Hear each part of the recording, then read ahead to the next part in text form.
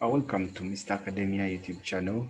We remind you to subscribe to our YouTube channel to enjoy the best out of our lessons and to get notifications for all our lessons. Share, like, and also comment on our lessons. So today we are going to look at speed, distance, and time.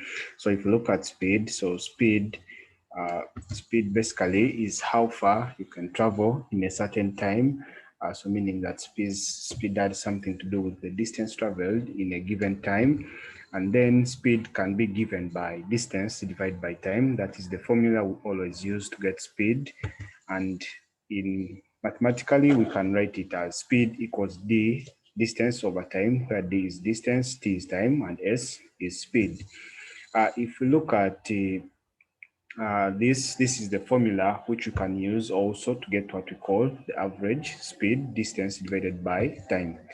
If you look at this triangle, this is what we call the speed, distance, and time triangle, abbreviated as SDT triangle. And it gives a better way to recall the formula for speed. That is, speed equals distance over time, and time is distance over speed, and distance is speed times time.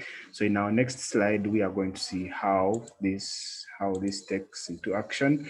So we can use to find any one thing, and we do that by covering what we are looking for. For example, if we want to look for speed, that is, if speed is what we are looking for, meaning that if we cover speed, we end up having distance and time, which remain. So that means that speed equals distance divided by time.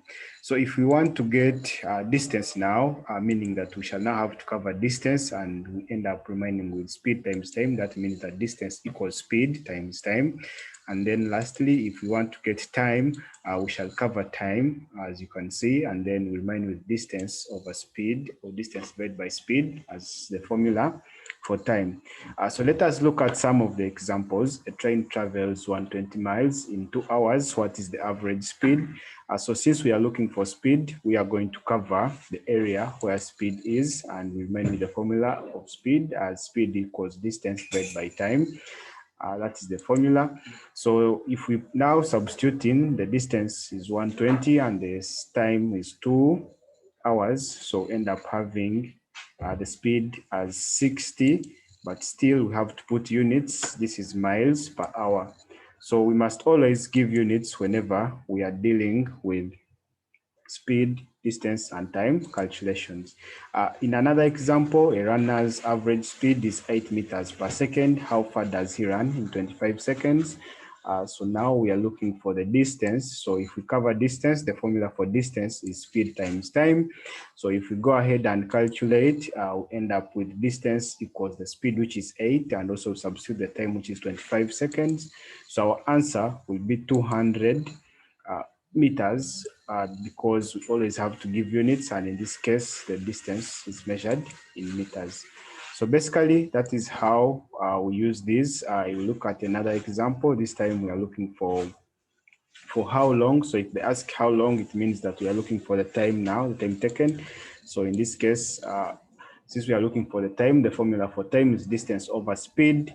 And now if we go ahead and substitute, the distance is 150 kilometers, the speed is 60 kilometers per hour.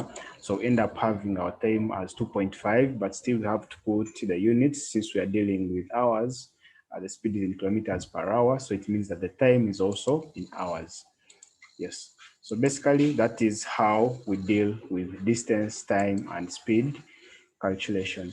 So remember to subscribe to our YouTube channel to enjoy the best out of our lessons, and also get notifications, like, share, and comment in our lessons.